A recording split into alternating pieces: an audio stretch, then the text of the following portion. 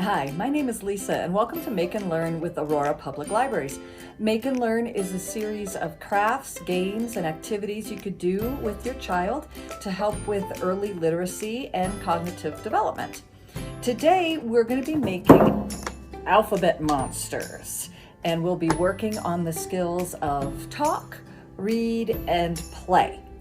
So before we get going and how you play with the alphabet monster, you'll need to gather some supplies together.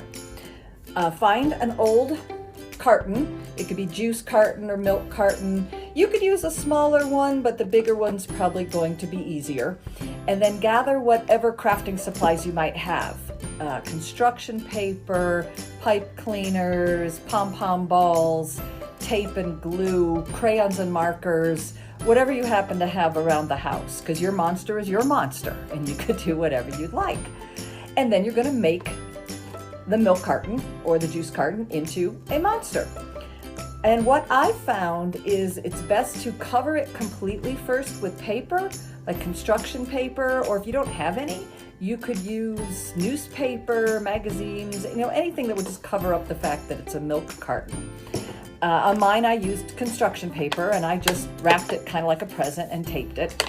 And then you want to make a hole in it. You want to have a mouth for your monster. Make the mouth bigger than I did. The smaller the mouth, the more difficult it's going to be to play the games. So making a bigger mouth than this would be beneficial to you. This is a part where you probably don't want the child doing it because you'll have to use some sharp scissors to cut through the carton. But once you get the mouth cut, then you and the child could decorate the carton any way you want to make your monster.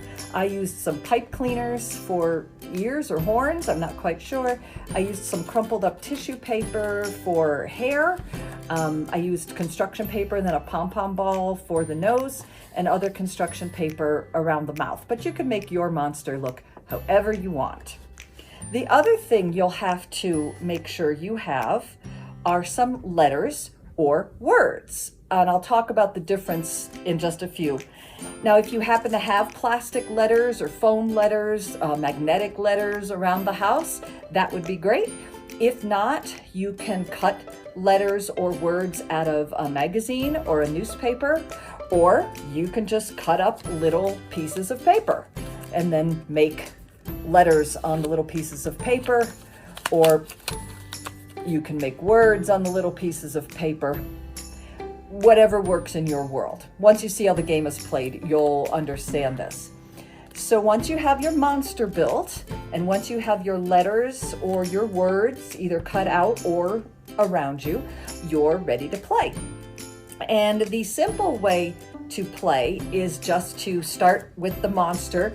You're going to talk to the monster and you're going to say, "Monster, monster, what do you want?" And then the monster is going to answer back.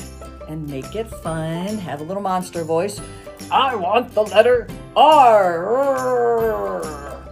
And then your child can look through the papers that you have, find the letter R, and then feed it to the monster. Again, have fun with it. Maybe the monster's going, "That's really good." Just be silly. So that's probably the simplest way to play. You could also do it backwards. And instead of having the monster say, "I want the letter R," you could have the child just kind of pick randomly in there and say, "I have the letter C. Monster, monster, would you like the letter C? I would like the letter C." And then again, you stuff it into the monster's mouth. That's one of the easiest ways to play the game.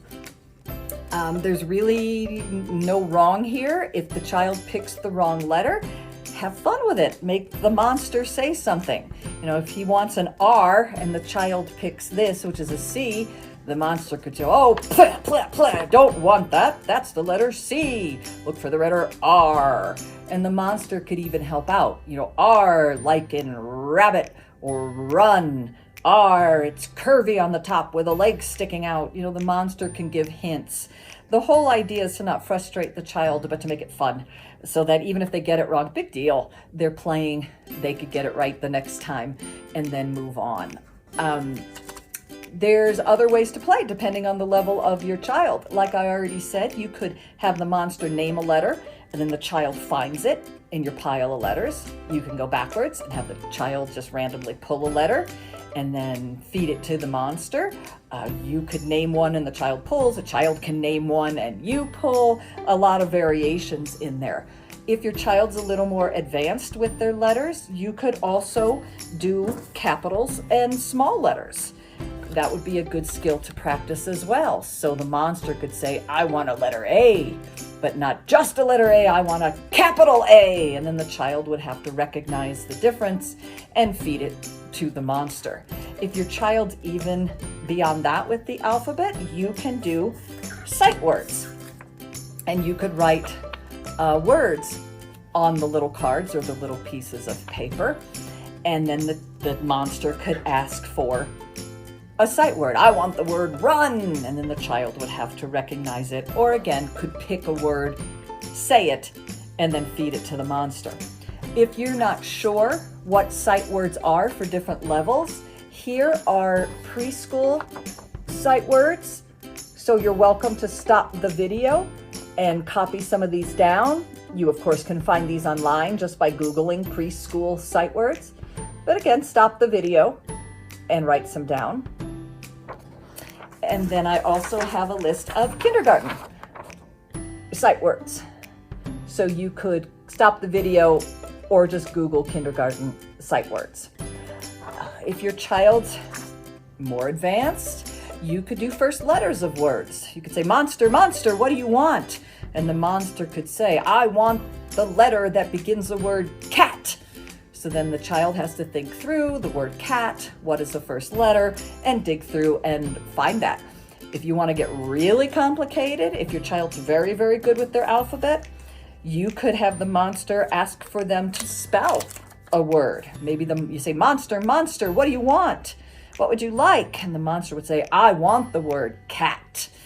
And instead of having cat written out on a card, the child would have to feed the monster the letters in order. Here's your C, here's your A, here's your T. That's the word cat. So you can make this as easy or as complex as your child is ready for. Again, don't let the child be frustrated, because with play as a learning tool, we don't want the child to be frustrated. We want them to have fun. We want them not even to realize that what they're doing is learning, that they're just playing. You could take this even further. You could make up stories about the different letters. If the monster asks for the letter T, maybe when you feed it to the monster, you could say T. Let's see, a turtle starts with T. The turtle was walking across the road one day. What did he do next? And throw it over to the child, and the child could say whatever they want. You know, he hopped on a bike and rode away, and then you can build on that. Or you could ask a question. A bike? A turtle on a bike? That's funny. What kind of a bike did he have? And the child could respond.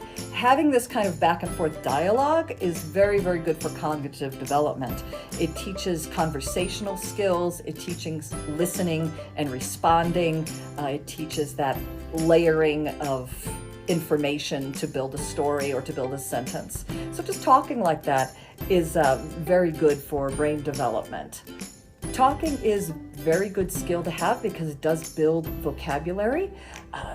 Gives the child will understand a word you say when they might not have that word of their own, and now they could put that word into their abilities to have a conversation as well. It reinforces the importance of words and the meanings of words.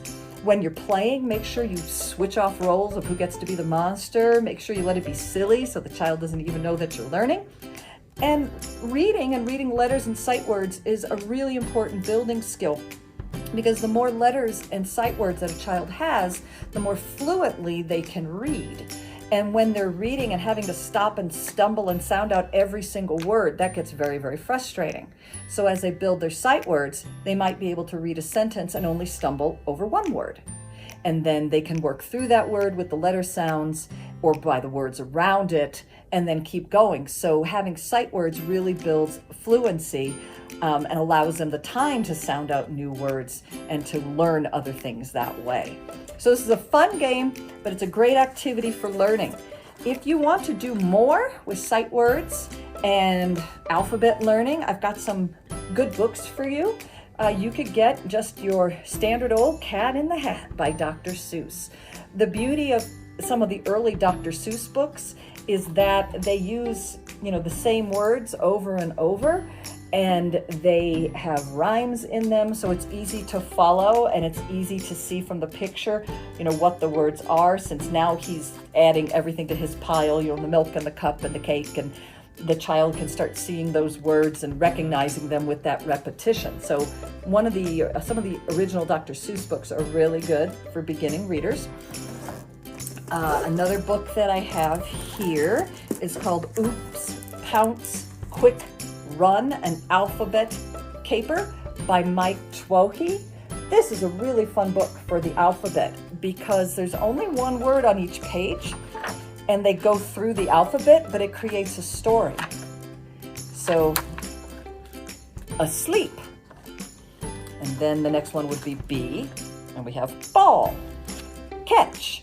And it just continues to build with words, single words on each page, and then it goes through a whole story. And that would be a real fun game to play too with a more advanced child, is making up a story just using single words going through the whole alphabet. That's actually quite difficult. Another good book is the Busy Word book, and this is a Lego book. But what's fun about this is there's all kinds of packed pages of pictures, and on each page they have things labeled. Now, some of the words are very specific, like on this page it's the word winch. That is certainly not a sight word, but there's other words like truck that are a little more standard. So some of the words are really good for this, and some of them are a little more advanced. But it's fun to look at the pictures and say, oh, what is that? And the child might say police or cop or whatever, and you can say, oh, police officer. And look, there's a dog. What does the dog have? And the child will probably say bone. You can point out the word bone. So it's fun to look at what all's going on and to use those for sight words. Another fun book is Once Upon an Alphabet, Short Stories for All Letters by Oliver Jeffers. And it's just what it says. For every letter of the alphabet, there's a story. And it's only like 2 pages or so. And the story is packed full of other words that start with that letter, but not every word. So for F, we have Ferdinand was out walking his frog when he came upon a hole. And then the story just builds, very, very short. And then it ends and we go on to the next letter. So it's just reinforcing the sounds of the letters, seeing the letters and visualizing words that do begin with that letter.